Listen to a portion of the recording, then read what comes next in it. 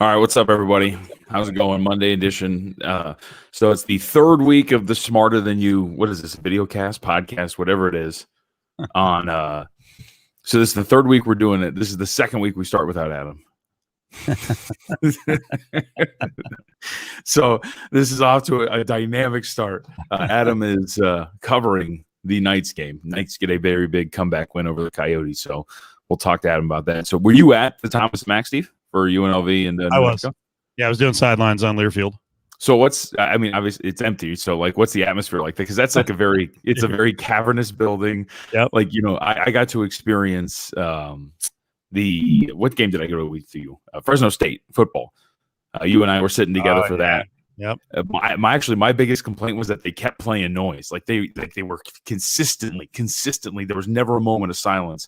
Yeah. And it was almost like I would like to experience the silence, but what's it like at the Thomas Mack? It's quiet. I mean, they have an ambient crowd noise the whole time. I don't know if you need that. Yeah, I told the story on the air today. The Saturday game against New Mexico, and Mbake Jong like just freaking nailed a dude, clutch on New Mexico, like laid him out with a pick. And the ambient noise kept playing as everyone's like running on the court to take care of this guy. And then finally someone at the TNM was like, all right, let's fade that out. And then when it was faded out, dude, it was like in just an empty gym, 17,000 seat gym. And all you could hear is John Sandler, like just bellowing through the building. There was no TV that like tonight. There was no TV on scene. Who did the game on Saturday? I think it was CBS. So they weren't there. Tonight, Fox was there with Darren Sutton and Gottlieb. Yep.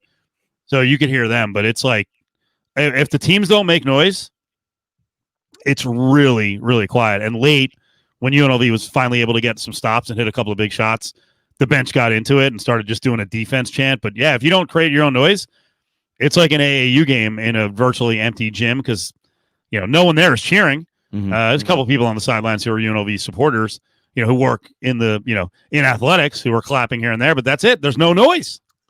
So were you at the first one, or you just at this one? No, I was at the first one. I was at the first New Mexico game. Yeah, that one. Today I sat on the floor, down at the one end of the floor, which is the visiting radio area. So I was actually opposite floor from Sandler and Curtis. And then the first game I actually sat up in the stands. There were 4 of us total in the stands, and I was like, oh, maybe I can hear, Otzelberger and the rest of the coaches. I couldn't hear shit. So there's no noise. So if energy is not created, you can fall into a lull. And tonight was one of those games. They just completely fell into a lull. So and if you want, so you were there for both games. What was the big difference? Because obviously the big difference, I think, for a lot of people who are watching, this Rebels program is first time around you beat the shit out of them, 77-54. This time around it's a 53-46 slugfest. So what was the difference? What were the adjustments that New Mexico made?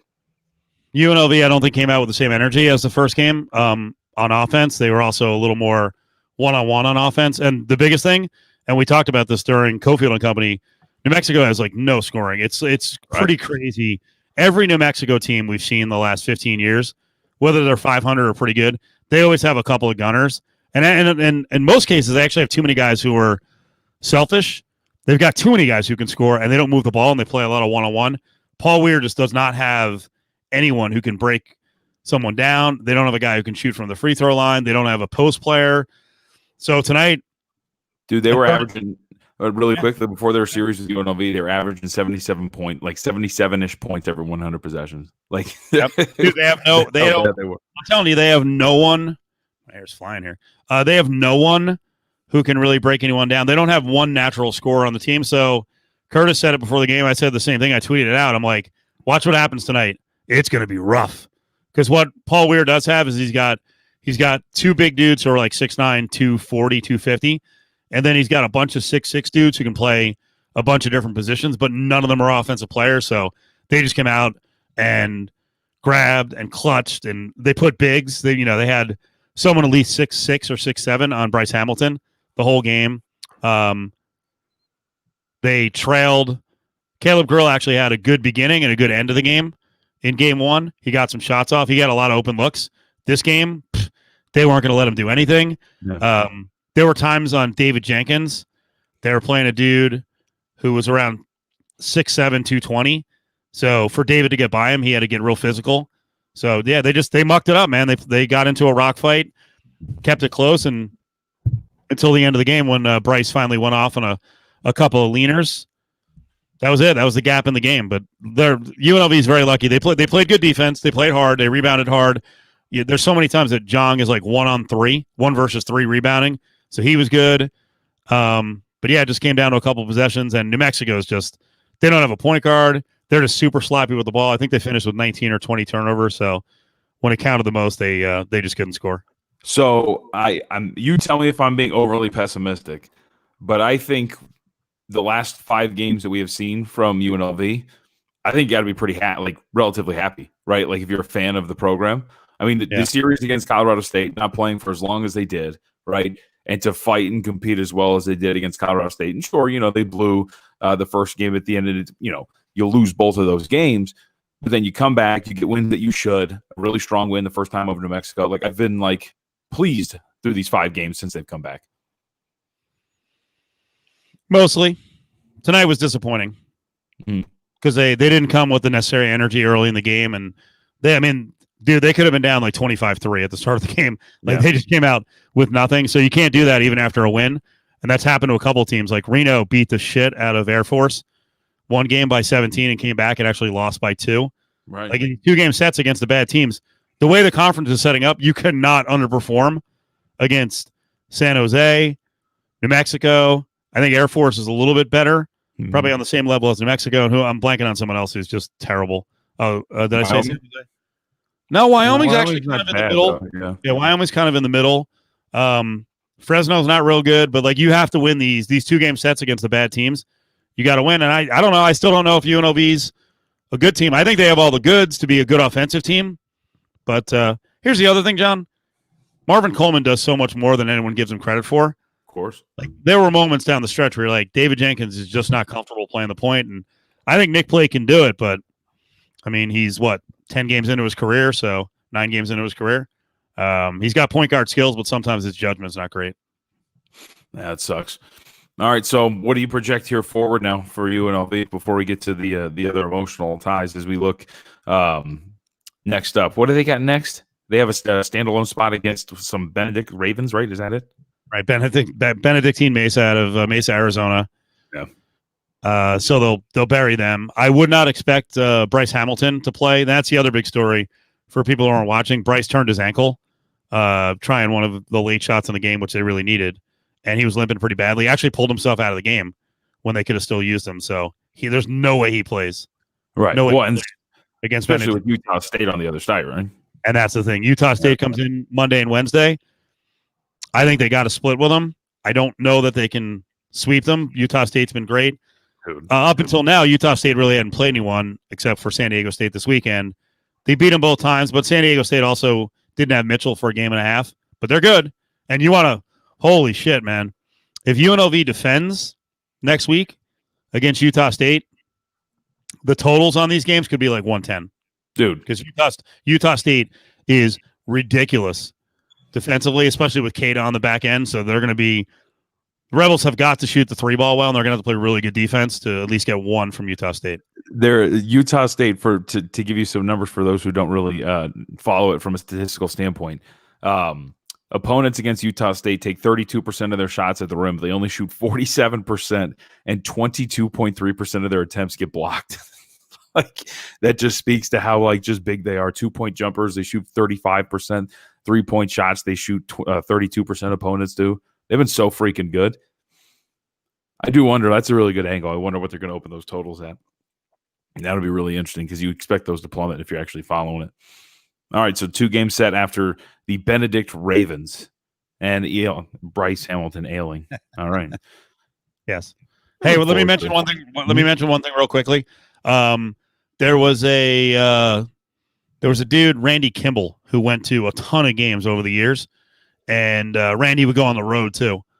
So Randy I think he sat 4th or 3rd row in section 121 behind the basket on the strip side of the Thomas and Mack. He actually passed away over the weekend. So he and his wife, Angela, were at every Thomas and Mack game.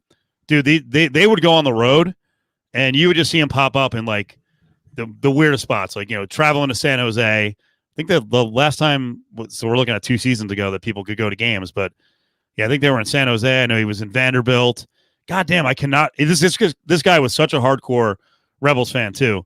I can't remember what game it was, but it was in the last Sanchez year where he walked up to me after a game. It was like a tough game, sort of a close loss. I don't know if it was Northwestern, but he starts talking to me. He's like, I can't do this anymore. He's like, this is just killing me. You know, you just felt him like he loved the Rebels and spending all his money on the road. And so he passed away over the weekend, and he was battling MS. If you ever saw him at the games, he was walking around with a cane, and unfortunately he actually did get COVID, got pneumonia, and then just went downhill from there. So just wanted to give him a shout out, his wife Angela a shout out, because he was a really loyal fan. And I know Adam's in here. Adam, you talked to Randy a couple times here and there, right? Yeah, for sure. Yeah. Just like always having a good time, like always loving it. Like he really enjoyed being at games, and he was at like every game. And I was gonna say, I remember talking to him. I cannot remember the name of the big guy on. Remember the big guy on Fresno, a British kid who like got fucking pissed off. Oh, I thought he was at the Fresno game and punched the rotating scoreboard. I'm not even sure if John saw this, but yeah, he was walking out the tunnel because I think he'd gotten the refs talked to him and the fans were getting on him. I think Randy was one of the fans who got the guy all worked up, where he walked off and he just fucking punched the metal thing and left a big dent in it. So Randy would get into it, not in a bad way. He'd get into it with officials, because that's that one section right down there that used to be near the media section where for some reason guys like David Hall will actually they got freaking rabbit ears and are listening to the crowd. So Randy was always into it. So rest in peace, buddy. Sucks, and I hope UNLV has a big season in honor of him. And I saw Noah Robotham sent out some wishes, and I know his wife Angela tweeted at you. Yeah, and when we said that he's at games, he was at home, road. Like he's just a super fan that was at everything, and there's not that many of those for UNLV. I believe, I could be mistaken here, so I don't want to speak totally out of turn. I think he's the one that came up with wasn't he wearing a juice box costume for Shakur Houston? Was he? And he was really trying to make it catch on. And I just remember like how much he was excited about it, and talking about it, and it just one of those like. It's selfish or whatever, but just always every game saying hi and like, hey, keep doing a great job, and like always had spirits up. It just sucks. Like people that you don't really know that well, but you just know them. Well, and I was gonna say it hits you because these are people you see every game, at home, on the road, and now we don't see anyone anymore. And I knew he wasn't doing well. And he kind of said that, like, man, I don't know if I can go to all the games moving forward. It's getting, it's kind of pricey. Plus, I'm not feeling well. But this whole thing has gone by so quickly at times. You're like, I forgot about Randy. And then you find out today, like, he passed away. It's like, God damn it. Fuck, man. It's, what I know these things always sound stupid, but, it's to me, and I don't, like I said, I don't know him well enough, but like he always seemed to have such joy in being at games. And to have the final year be a year where you can't go, it really hits you. It just sucks, man. So thoughts to the family for sure. Just sucks. It's heartbreaking. All right, guys, it's all yours. Good. All right, Steve. See you later, dude.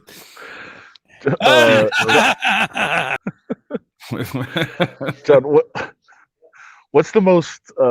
Not to completely transition up here. What's the most consecutive text you've ever sent somebody that were unresponded to? Oh, dude. Probably like 5. There's like probably an instance where I was like locked out or something like that, and they were picking up like, yo, let me in. I gotta take a dump. Okay. Something like that. That's different. That's different. I think that's the same. Like not hey, hi, hello, what's up? How's it going? Want to come over? Nah? Okay. You trying to make an appearance here? Right. We got one of our regulars is like looking over my shoulder here. But what's up, man? Willie Ramirez here in the house for sure. By the way, just so people know, like I don't want to screw up my settings here, but I am at T-Mobile at the game. Empty T-Mobile after the Golden Knights victory. There you go. Willie's going to listen in the car. Perfect. Dude, this is chaos. My cat's trying to break the door down. Really? Oh yeah. Yeah, there you go. Pops. Yeah, this so while I was covering the Knights game tonight, the Mets story kind of really started blowing up. My God, man. Like it's so insane. And the details are crazy. I was gonna say really quickly, set up the main gist, like the gist of this, right? So Jared Porter, the Mets now general manager, had to acknowledge that he sent explicit images, including what I love the phrasing of a naked picture of his penis to a foreign female reporter in 2016. So that's the gist of it. As we're gonna delve into, he also sent an unnaked photo of his penis because he sent, like, as he laid in bed, he took a picture of his lower half with clothes on, but like trying to show a bulge. Like, what are you doing, bro? But yeah, you're right. So there's a lot of layers to this. Obviously, there's definitely a power dynamic. There's a women in sports dynamic for sure about a female trying to cover a team. There's so many different layers, but then also, like, it's the thing that hit me, which is probably not the right thing to hit you, but just you never know. And I'll get into that as well, Brady, for sure in the story. But the thing that hit me, really about this is how you never know anybody. Yeah. Like, you never actually know people. And, when you hear stories all the time, you'll hear like, hey, this person did this. And you'll hear all these people that are friends or came to their defense and they're like, I don't know, man. I really know him. Great dude. Doesn't sound like him. Like, you never know. Like, I feel like I know a lot of people that I've worked with. But like, if like I don't think you would ever do anything creepy or crazy like this. Right. I don't think so. You never know. But if somebody came to me with this story about you, like, my first reaction would be like, no, not JVT. That's my friend. I've known him forever. Like, he's a great dude. But then you'd never really know. Right. And I've experienced it not only with this kind of thing, not creepiness, but like, you hear stories of like, oh, somebody did domestic abuse or somebody did something, and all these people are like, no, don't believe it. Not for a second. I know that guy. No, you don't. You don't know what people are like. You just don't. And so one of the big things that stood out about this story, it's actually, we actually should do this topic. Thanks for producing the show, Brady. One of the things that stood out about the story is when he got hired by the Mets, because he's became the Mets GM, but he's like a really fast rising. He went from like intern to assistant GM to GM in like just a couple of years. Like, he was really rising fast up the ranks. And when he got the job with the Mets, I saw one of the reporters from ESPN tweeted out when he took this job, like, he got so many texts saying, wow, what a great hire by the Mets. The Mets hit a home run. Great dude. What a guy. Like, this is the only thing that he's better at than being a GM is a person. Like, all these like ridiculous texts about how great he is. You never really know anybody. That's the thing. So that's just the first thing that struck me. But there's obviously a lot of different layers to this story. And I saw one. There's a couple. So I'll address the question from Brady first. Why does she have to be identified as a, quote, foreign reporter? Well, if you read the story, I do think it makes a lot of sense. It's actually a massive part of the story. It is. Like, in terms of her responding and her internalizing the messages initially. Well, also, English not being her first language. Right. Like, that's also a part of it, of not really fully understanding. And I can also tell you, like, with 100% certainty, because I've experienced this, when there is a language barrier, like, you're not picking up on a lot of things. You're not picking up on a lot of the subtleties. You're not picking up on a lot of like the inflections that we take for granted, like sarcasm and that sort of thing. Cultural references that are part of text and part of the lexicon you don't pick up on. So I do think it's a very, very important part of the story that she's foreign. Also, that she had no support system. Like, she talks about that in the story about like, who do you go? Like, you don't have friends. You don't like you start to meet people or whatever, but who do you trust? You don't have like a lifetime friend that you go to that's here that you can share this with and talk to. And who do you trust? Like, you assume that people are going to take the other person's side a lot of times because you don't really understand what's going on. And there was, early on, some of the texts like she would respond to because she didn't really understand the context of them. And then when she got uncomfortable, she stopped. And then he was like, why are you not responding? And she's like, well, I didn't really understand where this relationship was going. Also, part of the story was, hey, he wanted to, he was trading photos back and forth, not of explicit photos, but just regular photos. Right. People are like, well, if you're trading photos back and forth, like, what is that? And she's like, I don't know, that's what we do. And, in my culture, which it kind of is here too. Like we do that a little bit too, but it's a different. There's like a different context and it's to it. very important too. Like they post the pictures in the article. You know, the initial thing is he exchanged photos like of his face, right? That's like the initial like friendly hi and everything like that. And then he takes it the next step further. And there's a point in the article where, you know, he asks her like, do you want more or something like that? In terms of like, do you want more pictures? And she says yes, because to your point, and to like the other point as well, right? When it comes to not having a support system, like not only do you not have a support system, the people that you are trying to get support from, you have that language barrier on top of everything. Sure. So it's like you don't know what's going on. So you're like, sure, let's send pictures. Let's be friends. Why not? Right. Because you're in a vulnerable spot at that point too. I'm sure she wants a friend. Of course. And I actually responded to somebody I know on Twitter that was like, hey, I've had creepy dude. There's a girl. She's like, I've had creepy dudes texting me, 20, 30 times without responses. She's like, I just blocked them at that point. Well, let's also take into consideration this is somebody that's here to try to cover Major League Baseball. You have a potential general manager that's texting you. You block him. All of a sudden, one day he's like, "Hey, if you want this scoop, we're making this trade or whatever," and you've got the person blocked. Like, what's going on there? And if he tells other general managers, like, "Hey, like this person's a bad person," even if he lies about it, "Hey, this girl, don't deal with her anymore." Well, all of a sudden now you're at risk of not being able to do your job properly. So there's just so many factors that I think people really aren't taking into consideration when they look at this. I mean, most people, I think, have gotten the gist of why it was so bad, but other people are like, well, what about this? Why'd you respond? Why'd you do this? And I think it's important to have all these context clues of everything else that's going on out there to really understand why this is such a serious story. I also think it's kind of important to note that like the negative responses to stories like this seem to be getting fewer and farther between, right? Like when you look at, I think your mind, it sticks out like some negative comments, and I haven't seen any like media members respond in a callous way. I think I saw like one like New York like local radio guy or something like that. What's it called? But I think it's generally considered now like we get it. Like, yeah, you know what? Maybe you shouldn't send 62 unanswered text messages and a dick pic as well. Which like that's like the other part of this. Not to make this humorous. The other part of this is like why do guys think that works? Like why after 62 and you're just like, you know what? This is it. This is my moment. Let's go. And then just like snap and John, it's the Hail Mary. Like, but like, what are they like?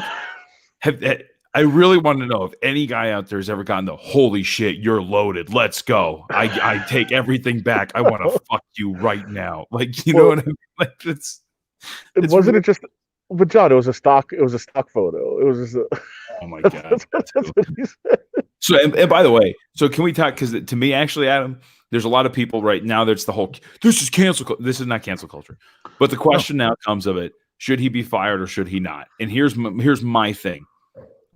The fact that like all of this, I think, is a fireable offense regardless. Like it's absolutely ridiculous. Who knows how many other people he's done this to too, by the way. But how about the other fact that he tried to lie about it when he was confronted about it? And like all of this stuff, he just seems to be a garbage dude. So if he gets fired, he gets fired. I mean, that's on him. I know it's probably going to cause an uproar amongst like the 10 it's cancel culture people, but it'll be there. By the way, on a side note, I moved over from the print area of the press box to the TV area. Around? No. I'm in the TV area now. So it's about to be 11 o'clock and all the TV stations are about to go live on television. And I'm like here yelling, like, send a fucking dick pic. Like, should I have respect and tone it down, or should I just be like, whatever, this is my spot too? Claim your territory. But you won't do it. No, I won't. I'm actually trying to be quieter because Channel 5, it looks like it's about to actually go live, and I like those dudes, so I won't do that to them. But yeah, I think you're right. This is not cancel culture. I actually set a search term for cancel culture during the game tonight just to see what people were saying, and I saw a bunch of it. Like, cancel culture strikes again. Like, first of all, he's still employed. Mm-hmm. Like, he hasn't been fired. He will, I think, but he hasn't been fired yet. He's still there. Like, that's not cancel culture. And cancel culture shouldn't apply when somebody actually does something. Right. Like, how many times have we talked about this? Like, if somebody actually does something wrong, it's not cancel culture. Right. It's somebody having repercussions for their actions. Right. That's a very different thing.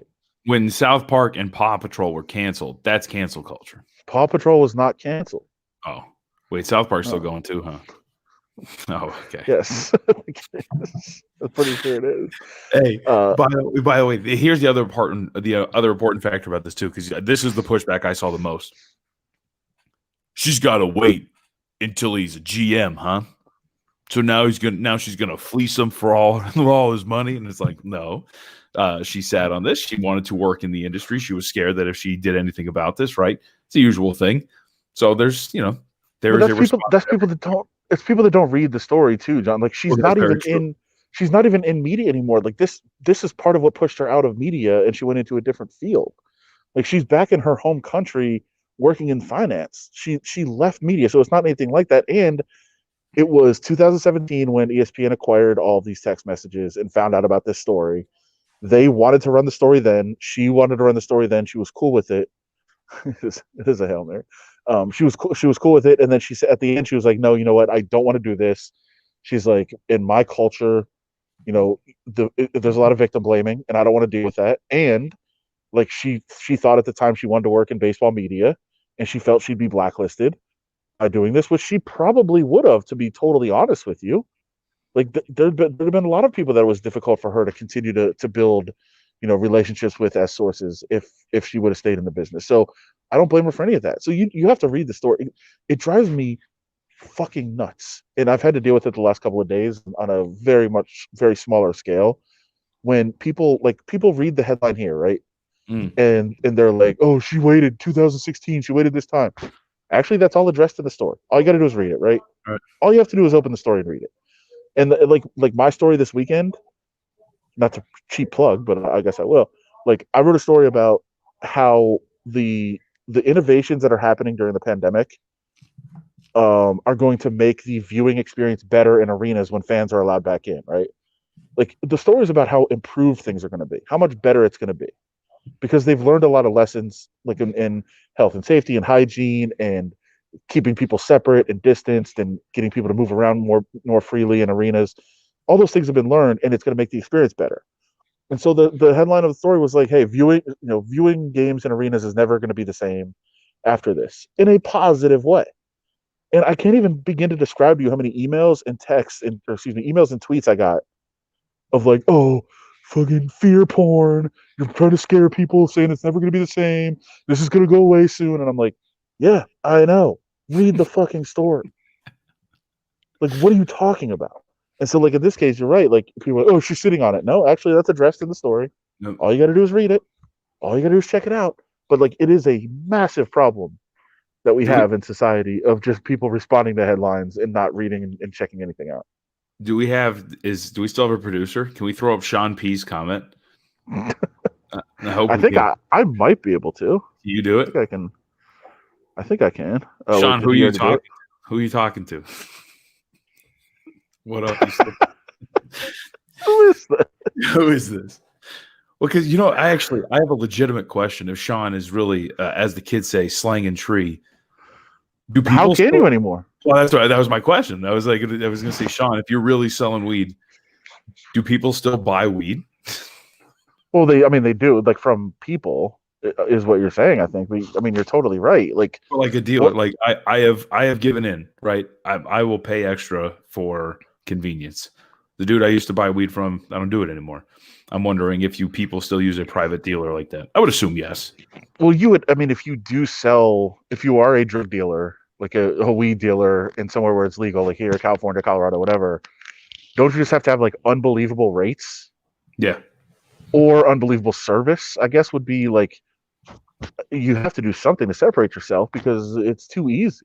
Like, it's too easy to just go. There's drive-throughs, there's delivery services. Like, it's way too accessible. So how would you still, and maybe Sean can answer this, as he's trying to sell it to us here on the show. He's still, I wonder, did he get the wrong YouTube channel? Because, of course, if you're still trying to, so definitely not going through Sean P. But why not, Ari? Yeah, Ari. Why not? Did you see that Ari tried to, quote, get us on the show today? No, what happened? Well, it was a repeat of the birds, the bird story from last year. But there was like a fake translation of an Aaron Rodgers Spanish quote. Yes.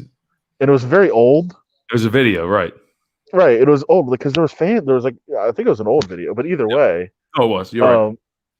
Like it was a fake translation in Spanish, and he sent it over, and me and Steve were like, "Wait, did you get this wrong again, or are you trying to fool us?" And he said he was trying to fool us, and I was like, "I think it's worse if you're trying to fool us." Here's my question. As a producer, why are you trying to make us look stupid? Oh, shut up! You guys deserve it. Yeah, you guys completely deserve it. That's a dumb question. But it didn't work. Here's my question. Here's my question. What gave it away for you? Did you understand his Spanish, or did you just see the fans in the stands? Steve saw the fans. I'm trying to learn some Spanish right now. I mean, I'm going to freaking Cabo and Cancun like twice a year. I just got back from Cabo. So I'm trying to learn some Spanish, and I like the first half of the quote. I actually knew what he said. Right. So like I'm terrible. I still know very, very, very little. But it was like a very obvious statement too. I was like, yeah. As soon as we heard it, I was like, that's what this means. Right. And Angel was with us. He's like, yeah, you're correct. But Angel was running our show today, and we just played it for him. And we're like, what is this? What did he really say? Like the best part is like if Ari did fall for it. Like in the translation, he says Seahawks, but like if you listen to his words, he never says Seahawks. Right. Like, right, of course. Of course. It's so what good. A mess. What a mess that was. Sorry if you really did it. You're an idiot. I mean that in a loving way. Said he was trying to get us. By the way, I have bad news. What is that? While we were on the air, your boy missed out on a Sam's Club drop. Wait, who? Sean P did? No, I did. I missed out on a Sam's Club drop. Oh wait, what happened? PS5, bro. I missed out on a drop. Oh, really? All right, this is a term, Adam. Okay, a drop means that the it is available to us on the internet. Right. I understand. Like when your album drops. Right, but I missed out on a Sam's Club drop. Oh, I saw you tweet about Canadian Walmarts getting access. Uh-oh, this is a mystery. There you go. I mean, Gracias con el número 12. Tú has dicho que un buen grupo hace un buen equipo. Háblame de esta victoria. Esto es un equipo increíble. Amo estos hombres. El viejito. Yeah, exactly. yeah, exactly. That exactly was, I think, Ari answering anything that we ever asked. Yeah, exactly. Yeah. Just not having any idea what the question is. That's fair. Ari's go-to phrase. That's fair. Yeah, he said hombres in there. That's his men, his people. As you can see, the stands are equipo incredible. He said, our team's incredible. Like that's an easy one. Equipo. Also calls him an old man at the end. That was really good. That's perfect. It was great. That's hilarious for this. Just so fake. Does anybody in the chat have a PS5? Just tell me yes or no. Well, I did see you like lamenting that the Canadian Walmarts were getting them. Yep. Is that as a result of the Sam's Club getting them here? No, the what's it called? Walmart had it in what's it called? Canada, and then they're just like random, dude. And I think like Adam, this is my life. I go on blogs and I check things, and so like there's a rumor that tomorrow, the day after, or the day after, there's going to be some sort of Target drop coming up. Look at Rogers throwing shade in Espanol.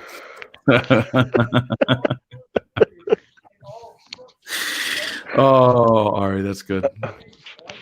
He typed it on the stairs. Brady, to your question, no, I would not pay $700. I'm paying the price that I am supposed to be paying, which is for the bundle that I'm looking for. It's $500. Well, I think the bundles range in. That's the other thing too. The bundle that I want is not like appearing either. That's the tough part because there's different bundles, right? There's like a 2 controller and like a camera and like a game with it or whatever. I'm looking for just a 1 controller PS5 with a specific game, and I can't find it. I'm getting very disappointed. But the bundles are like maybe $600. What game is it? Do you not want to give it away because you don't want people to buy it instead of you? Oh no, I just know that you wouldn't get the reference. But I want Demon's Souls, Adam. I've heard of that. I just assumed it'd be like NBA Live. No, come on. There's like a million NBA or games. NBA 2K or whatever. I already got NBA 2K, whatever. I think I have 20. So I'll just re-download. You can transfer over your stuff. So I'll be able to play because it's a digital version. I'll be able to play it. What PlayStation do you have? What PlayStation do you have now? Got the Quattro. So why is the 5 so much better?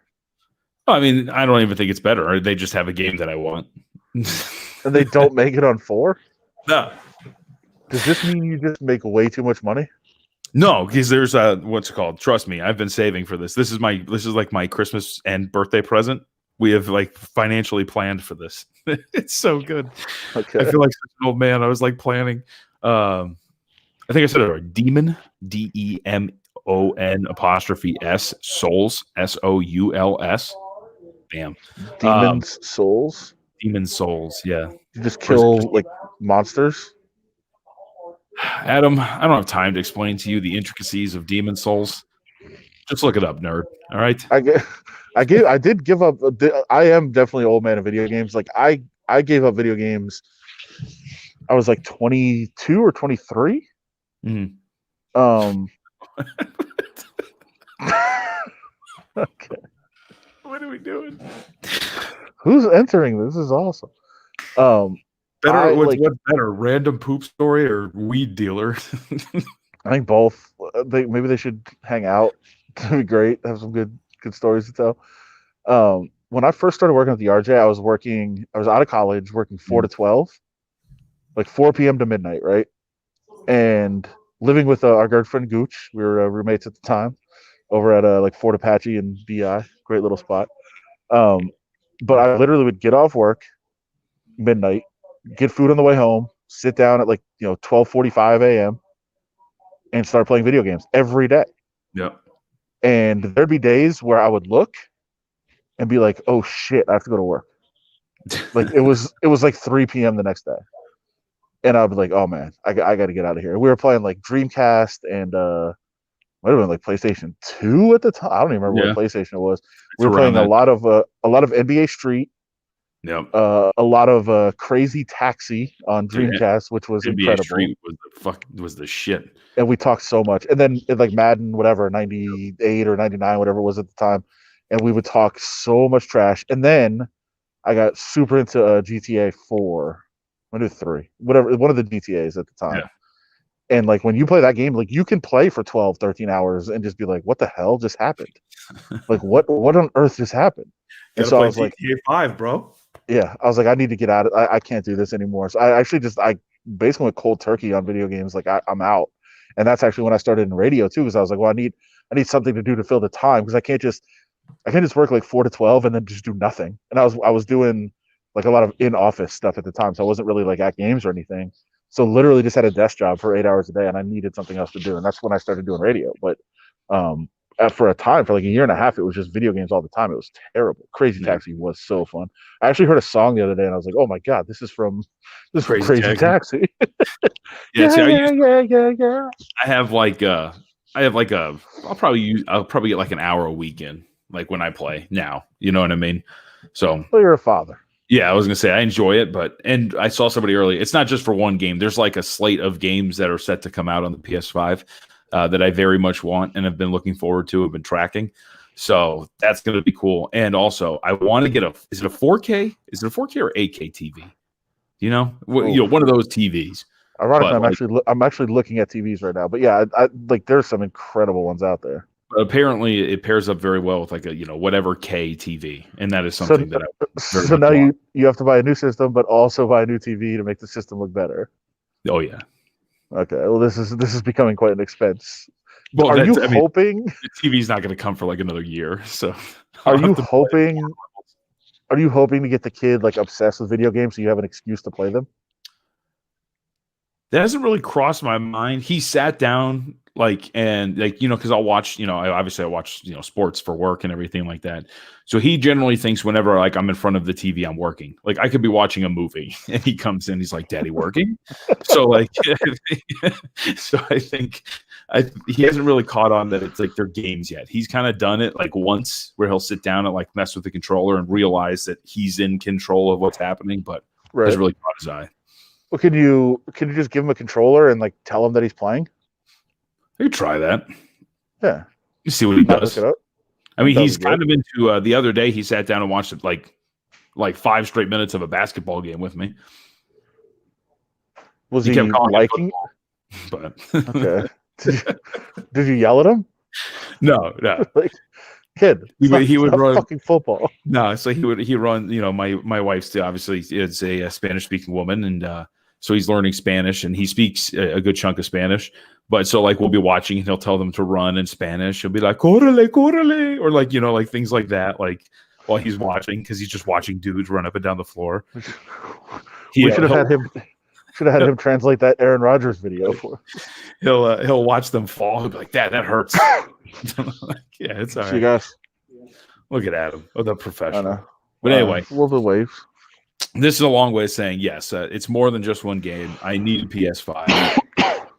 Life isn't fair if I don't get one. I don't think you need one. No, but you know what? It's become like the thrill of the hunt at this point. Like checking websites and doing it, that I actually might get my chance to buy one. You'd be like, no, never mind. Like the thrill is just being able to get one, and then once I get one, maybe I'll be like, you know what? I don't want it. So you would like turn it down once you have a chance to actually purchase it. It was about the quest. It wasn't so much about the journey. You know. I like that. We did. Speaking of video games, we did discuss quite a bit today. NBA Jam. Okay. Were you an NBA Jam guy growing up? Not really. Like I've played it and I enjoy it, but like growing, it was a little before my time. Sure, and Ari's in for the documentary. They are making a documentary on NBA Jam, which I will love. Like that was so in my wheelhouse. Cofield made the point that he was too old, and that if he would have been hanging out in arcades at like 24, it would have been a little creepy. Yeah, which was probably a little weird. probably true. So yeah, it came out in '93, so I was like 2 or 3 when it came out. So like I've played it, and I played it in my youth, but in its heyday, I was not like coordinated enough. Oh, dude, Peyton and Kemp. Yeah. Oh, they were tough to stop. If you get a rim protector, like you would appreciate the strategy aspect. I think, John, if you go rim protector and ball handler, 3-point shooter, like Stockton Malone were tough. We get that. We've been to a Bourbon Street up here. Yeah. They have one, I think, if I remember correctly, or is it the one on Sahara and Buffalo that has one? One of them have like a stand-up. It's pretty fun. I will tell you a place that has one, John. Where? My estate. Oh, really? Yeah. Maybe my proudest accomplishment of all time was winning NBA Jam 4-player arcade version. That's pretty cool. Yeah. It was a 4-day Papa Shot tournament. Ah, okay. Yeah. And I won it. That's dope. I didn't know that. Oh, yeah. What an incredible accomplishment. If I never accomplish anything else, which I probably won't, that I'll be happy with that as my greatest accomplishment. You know who I can't beat in Papa Shot? You know who's sneaky good at Papa Shot? Who? Isabel. Okay. Isabel's my wife, by the way. Isabel is like insane. Like we played her. I think I don't know if I've told the story. We were at Red Rock in the arcade one time. I always love to play because I legitimately lose to her a lot. It's true. Brad Lowhouse was the Bucks disaster. Like, why was he on there? There was a lot of them. And you'd be like, "What? Wait, what? What?" I gotta go back and look a little bit more. It was great. But then, like the second version, they put in like you could choose from like the whole lineup and just put your 2 best guys out there. But the first one, it was these 2 guys. That's it. So wait, Isabel played where, and you didn't know that she was good? No, I knew she was good. I play her whenever we go out. I purposely challenge her to see if I could beat her. Like that's how much of an edge she has over me. At this point, it's mental. I think I've lost like 2 out of 7 to her. But she, we were playing at Red Rock one time, and there's this little kid behind us, and he's watching us play.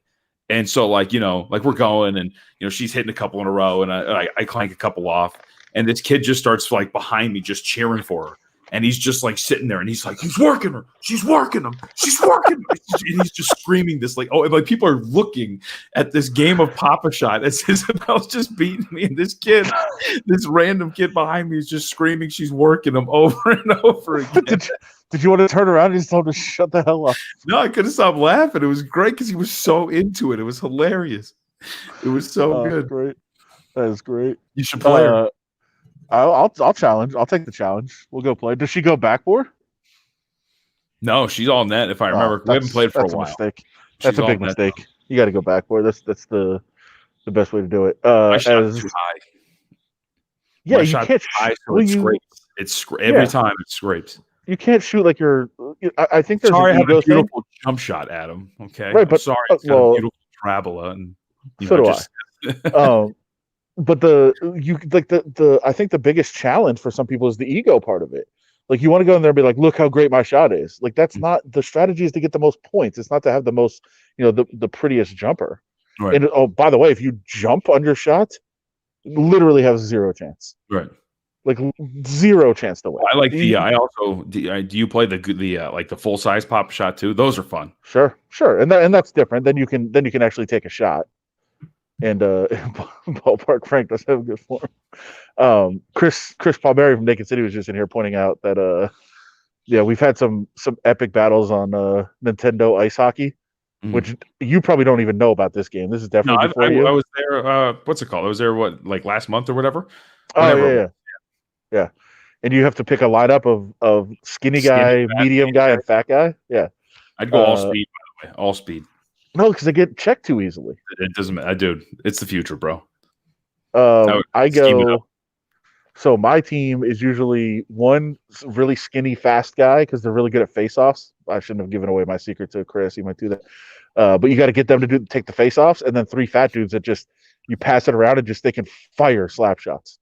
But you need the one guy to be able to handle the puck and take face-offs, which is the skinny dude, and then you're just unbeatable, just crush people. But Chris has gotten more competitive. Like our first couple games, I was beating him like 24-2, and he's definitely shown improvement. So I'm getting a little nervous that he can start beating me. I did not enjoy Family Feud on that game. Yeah, there were some issues. That was dumb. Well, it could have been good. It could be good, but like some of the questions are a little outdated. And then sometimes, like if you spell a word wrong, like, what's a summer color? You put it purple. And it was like ant violet. Like wait, what? What? Yeah, and then like some answers are really long. You can't do but you can't handle the puck if you got the 4 fat guy. I've said he had a great year. I don't know what else you want me to say about it. Oh my god, no, we're not doing this shit. I know it's ridiculous. It's completely ridiculous. Then I had, by the way, he wasn't that great though. He wasn't that great on Saturday. I'm just saying, he wasn't that great. Well, not great. It was fucking atrocious. They had averaged 4 yards to play and 5.3 yards per pass attempt. It was a disaster. The Hall of Fame kicker missed 2 kicks. I know, and a fluky pick 6 that went the other way. It would have been ridiculous. By the way, just as a side note, I was having another of my friends that might even be in here watching. Was making the point about Josh Allen should win MVP because wins and losses matter. And he's like, well, maybe Rodgers. And I was like, well, didn't Mahomes have a better record than both of them? Why wouldn't it be? He goes, well, it's not, but it's not everything. Wins and losses aren't everything. Like, okay, great. This is the only. This is what we're getting to now. Yeah, the Family Feud game though, and it's a problem with a lot of those older games, and even sometimes when you play them now, like if you try to play like a game show on Nintendo, like it. First of all, like if you get 30 seconds, but you have to type in and you have to, go like, oh, here's the A, now here's the X, whatever. Like you can't. It's impossible to get the typing in time. It's just a mess. But I'm sure we're going to see a lot more like game show video games coming out because like game shows are all that's on TV now. Yeah, but that's it's for losers, bro. Have you noticed that? Game show video games. Yes, I've noticed that. Like it's all this different. Well, I mean, not game show necessarily, right? Like masked voice singer person and then masked dancing person. Oh, but like all the old game, yeah, I know what you're talking about, but all the old game shows are coming back. Right. So like Family Card Feud's Sharks. Big. Oh, Card Sharks came back. Oh yeah, Joel McHale's hosting it. Your boy. Have you ever seen the original Card Sharks? No, what is that? I mean, like you basically there's 2 contestants. They'll ask a question to you, like kind of like Family Feud. Say 100 people were asked this question. Mm-hmm. What do you think? What do you think the percentage is that said this? So you'd be like, 100 people were asked if they prefer whatever trains or planes for a long car trip or for a long trip. Okay. And you'd be like, all right, I'd say planes was 82%. and then the other person gets to guess if it's actually below or above that. So you're basically setting a total, and the other person is betting the over or the under. Oh, so it's like it's like a shitty version. What's the one where you have to guess the price or whatever? The people do that shit all the time. Yeah. The Price is Right. Price is Right. What's the thing with the dollar? What do you do? Well, if you guess if you bid say $4,000 on an item, then they'll say 4,001, because you can't go you lose if you go over. Yeah. But it's the closest. You're basically taking away any chance that the person wins the original one. But this is different. This is setting a total and then pissing, and then there's cards that go up, and it'll be a jack, and you have to pick if it's over or under the jack. Oh boy. So it's a lot of over under. It's like betting, basically. I like the ominous Cofield window opening when he pops up and it's just blank. And then let's see what's gonna happen. Is he gonna show us a Card Sharks? Yeah. How about this jazzy number? Ace is high. This is awful. Well, this is the original. This is a new one. This is great. Shark. And here's the host of Card Shark, Jim Perry. One of your coworkers loves the show, by the way. Matt Humans loves Card Sharks. Okay. He loves it. And we polled 100 women in the small Idaho town of Craigmont. And we asked them this question. Ladies, have you ever seen an X-rated movie?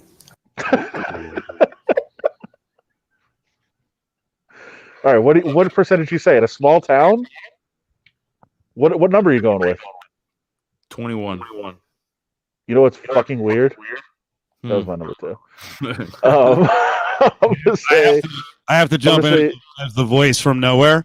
This guy Royce, I've seen this guy, the contestant. Totally sexist, but the questions are sexist, and all the contestants are incredibly sexist, and the host Jim plays right into it. It's awesome. Nice. How many said they had? Maybe not too many in Craigmont. I'd say 15. 15. He says Over.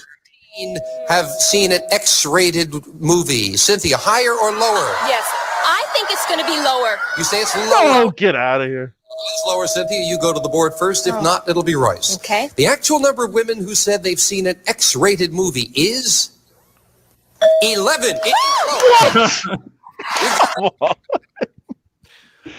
I guess it's the 70s. They're repressed. They don't know what they're talking about. Oh, I thought it was gonna be openly sexy. He's like, you horny sluts. All right, let's move on. Let's take a look at your base card. You answered the high-low toss-up question, so you have the right to change this base card if you'd like. And you have a king. You want to play that? Under. Is this next card higher or lower than that king? It's going to be lower. Lower. Everybody agrees with you there. Remember, if it's another king, you lose. It must be lower than a king. It's a 2. Oh. It's higher. Little extreme. Let me remind you, just for the record, now, freeze at the protect your position, or you can continue calling high-low all the way across. They don't want you to stop. But remember, if you make a mistake, you lose all the cards back to your original base card, and Royce gets a free chance at his card. What are you going to do? Okay, I'm going to go on, and I'll say the next card will be higher. Higher than a 2. Come on, Deuce. It's a 9. Freeze. What do you want? Freeze. I'm going to freeze. You'll freeze it right there. Freeze bar over. This is no Legends of the Hidden Temple. Can I just say that? What about Guts? Yeah. You a Guts fan? What about Nick Arcade? Did you ever watch that show? No, I was a Legends of the Hidden Temple and a Silver Surfers. Double Dare. I was a Double Dare guy. Oh, I was a Double Dare guy too. I loved it. You got to bounce. Well, I'm getting kicked out, but I think I can stay on as long as the Wi-Fi holds up. No, it's all right. Get out of there. Leave. What are you talking about? We're good.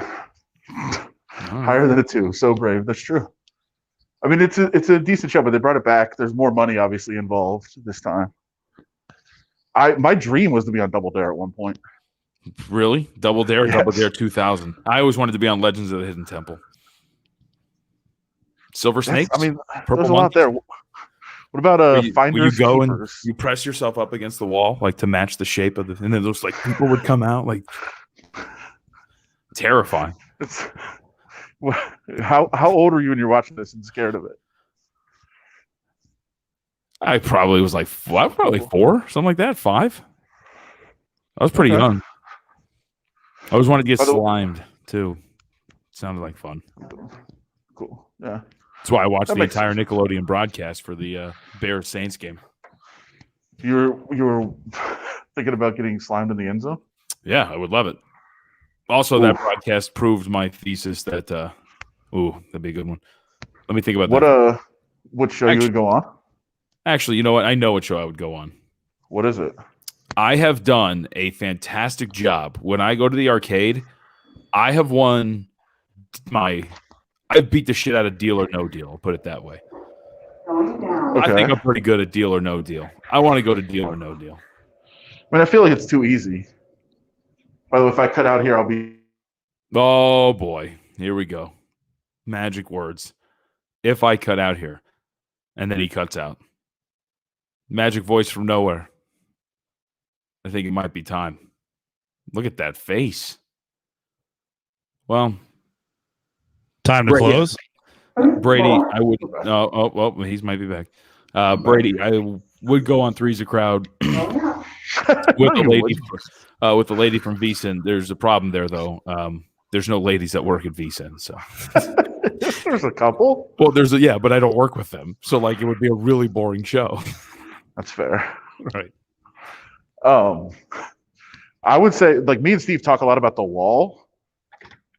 The Plinko thing. That's the one, yeah. But that's just pure luck. I feel like that's the one to go on. Isn't that just pure luck, though? You don't have any control. Yeah, there's questions. Oh, really? You have to ask, like, if you get questions right, your guaranteed money goes up, and you get more green balls instead of red balls. I got to watch it then. Steve was saying there's not enough questions. Like, there's only like 5 minutes of questions in an hour-long show. Now, here's you know what? I've thought about this even more now. Because it'd be totally worth it, even though I would get destroyed. I would love to go on. What was the old school show on Spike from Japan or Wipeout? No, but it was the more extreme version of it. It was it MXC? Okay. You know, remember this? It was dubbed over. Oh, it was so good, man. I've definitely watched it, but like, there's no reward there. There isn't? Well, still, I'd still go. Like, that looked like not fun. Enough. MXC was great. But I think if you're Maximum picking Extreme Challenge. Okay, I get what you're saying, but if you're picking a show to go on, don't you just have to go where you can make the most money with the least amount of problem? No, I want to have fun, dude. Running downhill, and you have 5 choices for a door, and one of them could just be a straight up door. There's nobody around them outside, so I can take this off. Think how many PS5s you can get, like, from The Wall if you want. Yeah, but it's not a matter of money. I want experience. I want to experience life. What does that even mean? Go to Wipeout. I don't know what that means. But like, Wipeout, I always thought it was fake, first of all. What do you mean? Like, I mean, it seems like some people just run into the obstruction and just fall in right away, like, on purpose. I think some people are more uncoordinated than you think they are. I think it's some of it just looks ridiculous. There's a lot of oil involved too. Oh, it's slippery? Oh yeah, I think there's like a lot of like oil and stuff involved to make it even worse. Like, yeah. All right, that makes more sense. No, CJ, I love Supermarket Sweep. There's just not enough of a reward. Like, I'm looking for big payday. That's a good point from LV Pickle Gamer. I don't think like you, Adam. My family wealth makes me feel like I don't need these trivial cash prizes. That's true. You're trying to be a hero. You don't need to get rich. So I'm just trying to live. I'm just trying to live, bro. And then when I win, America don't want to watch us work. Don't watch us live. And then when I win, just watch me donate it all to charity or something because I don't need it. That's fair. Connor, I'm with you. I need to get a PS5 too, bro. I've been searching. I just feel like this is. You know what? I actually have an original Nintendo. Oh, okay, that's pretty cool. Look it up every once in a while. But I'm not going to go to a new system. I just won't. Not going to go next gen, bro? No, I'm not doing it. KC Chief was that, American Ninja Warrior, Family Feud, only game shows that actually make you laugh. Yep. Those are good shows. I have a big problem with Family Feud, though. Eddie, did you ever watch MXC? If any of you have not watched MXC, it's totally worth it because like the dub, like the voiceover, the comedy, like everything, it's a legitimately good show. In fact, when we get off here, I'm going to watch YouTube highlights of MXC. That's what you're going to do? It's going to put me to bed. Yep. Are you going to have Sean P visit you first? No. Okay. Why would I do that? I went to the dispensary. It's okay. It's 2021. Do we feel bad for like weed dealers? I mean, I'm not. No, I'll put it this way: the guy that used to sell me weed had other endeavors, so I don't think it was going to hurt. I don't think it was going to hurt. Wait, are you saying he sold other things, or he's just a hustler in general? He sold other drugs. So okay, yeah. Well, so I guess you just. I mean, but I would imagine, like, I have no idea about the trade at all, but I would imagine like the weed was a pretty good had a pretty good profit margin to it. He was actually a really big fan. Kevin, his name was Kevin. What's it called? He's a big fan of the show. Like he loves Taylor and you and Steve. Like I do. When he I know found Kevin, out, when he found out that I was like the producer, he flipped. He was like, "Get out of here!" Yeah. Wait, they still clean up? Like how? I don't understand how you still would. I actually am genuinely intrigued by that. Yep. It was the lowest profit. Okay. I figured like it was cheaper to buy, so you'd have a higher profit margin if you sold it. But I mean, all the other drugs are more expensive though, and I mean generally harder to get. I would think that's probably why you get the most profit off of them. And I feel like the danger factor, like you would actually get more money off of it because it's more dangerous to acquire and to sell and all those factors. I mean, I clearly don't know. I have no idea what I'm talking about, but I just feel like, interesting. Yep. I mean, weed would be just easy to get and to sell. You would think that that's probably where you would make the most money. I don't know. It's a tough one. Yeah, I don't think so. I mean, just in general conversations I've had, I think it's like one of those like you have to be less what's it called? You don't sell as much, but you're going to get more bang for your buck when you sell it. So okay. You know what I mean? You don't have to sell it that often. And then it's the same thing too. I mean, think about your average person who's buying weed. They're coming in and they're like, "Can I get a nickel? Can I get a dime?" You know what I mean? Like you're not going to be making that much off of that. And then most of the people that I saw that would buy weed would be like, "Hey, can I get a dime? And can you front me next week?" Like, Jesus Christ! Like, come on. That sounds like I would just have to find a new business. Right. I don't think I could be able to do that for very long. Get out of here. Yeah, like you're killing me. Let's go. Those are the people that you make them travel to you. You know, you come to me. Okay. We're talking about like an ounce or something. Like, all right, I don't know this much though about all this. Sorry, in case like watching. Like in the movies, like wouldn't people just like meet behind the gas station and stuff? Like, wouldn't you like meet at somewhere public and just make a transaction? I feel like that's how I see it. I've gotten to a bunch of mystery cars in my life. Yeah. So what it's always a journey. So you theoretically would just find somebody, like they'd be sitting in their car, you would just get in like the passenger seat and then just get out? Yeah. Doesn't that look incredibly fucking suspicious? I always thought so too, but I gotta follow the rules, man. Why did that dude just get in the car and then just get out? Wonder what they're doing. Then just get back in his own car and drive home. Right. It doesn't make sense. Or the just the window, the driver to driver pull up. You know what I mean? Toss it over real quick. Wait, what? Yeah. Driver to driver pull up real quick. Boom, bam, boom. Out. So wait, how do you know who goes first? What do you mean? Well, you establish a relationship, obviously. Oh, this is not like a first meeting where you just like, here's the drugs, and then you just take off. Yeah, you're not gonna do a driver side exchange if you don't know the person. That's fair. Well, I mean, I also feel like there's probably a low, like as you're saying, most of the deals are fairly low, profit, low money. Right. I mean, I also think at the end of the day, we're thinking about this in the perception of like when I was like in high school / early college years, right? Yeah. Like at the end of the day, it's buying something that is now a legal substance. Like it wasn't that big of a deal. Right. Can I tell you? I'm going to tell you. I don't think I've ever told you this story before. So there's one point. Is it my last year of high school or whatever it was? I was we were out at a park, and there's for those who know, there's a park over.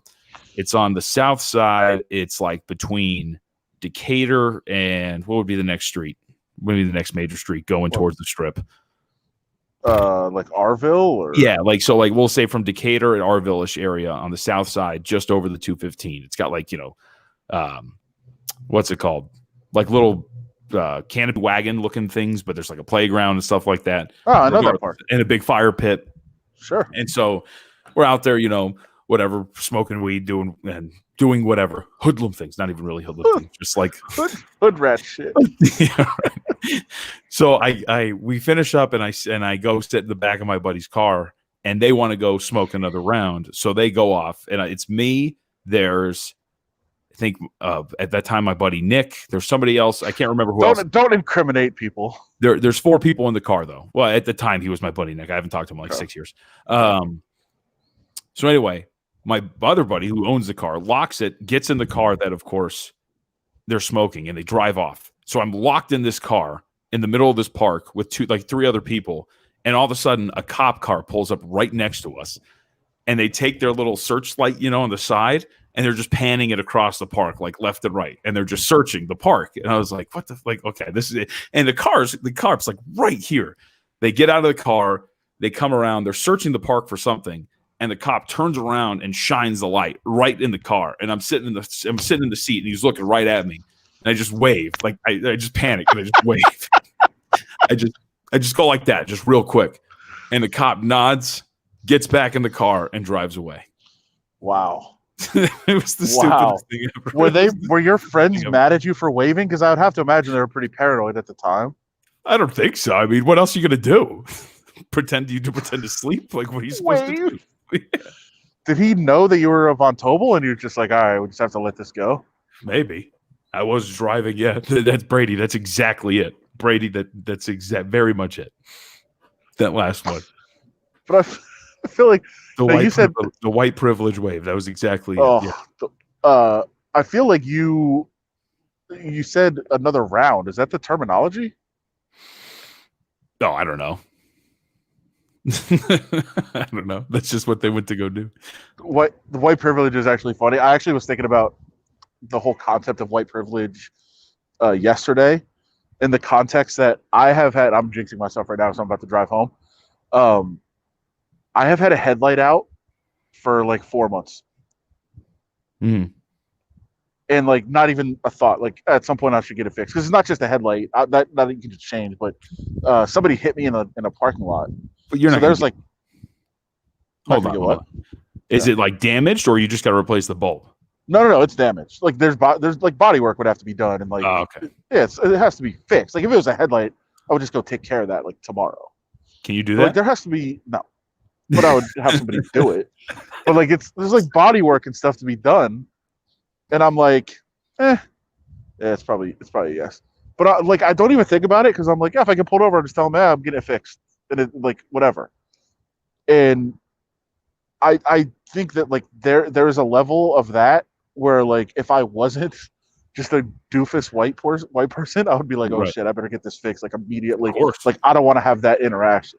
Like that is such a definition of white privilege, of like, yeah, headlight, who gives a fuck? At some point, I'll get it fixed. Right. But the other part of it is that I've been thinking about buying a car forever, and I'm like, why am I getting it fixed? I'm getting a new car. Like it doesn't make any sense. Like it could be like a couple $100, maybe even $1,000 to get it fixed. I don't know. But I'm like, I'll get a new car anyway. It's not a big deal. But like to just drive around with instead of getting a headlight. No. I've been once my car got paid off, I was like, I should buy a new car. But also, I'm like, why would I buy a new car like during a pandemic when I don't go anywhere? Right. Like I'll just drive this out. Like I'll drive this out until we can actually go out in public again and stuff. And I'm actually driving on a daily basis. Like right now, I drive like 2 or 3 times a week. No, the Chrysler is the one I want to buy. That's the car I'm going to buy when I buy one, I think. I got a dad car. I got a Honda CRV. It's a used Honda CRV. You're on a billboard but drive a car with beat up headlight. That's funny, but yes, that's correct. That's good.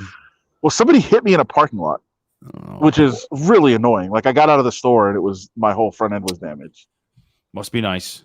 Kind of bullshit. What's that? Oh, just the second PS5 drop in India in like the last 2 days. Like, come on, bro.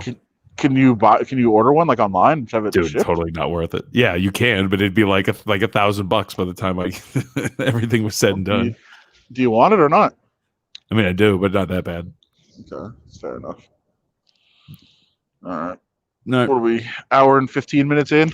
All right, we'll let you go. Get out of there. One? You're sitting in the frigid cold doing a podcast. It actually is cold. I mean, I'm not going to complain about it. There's much worse things in the world, but it is chilly outside.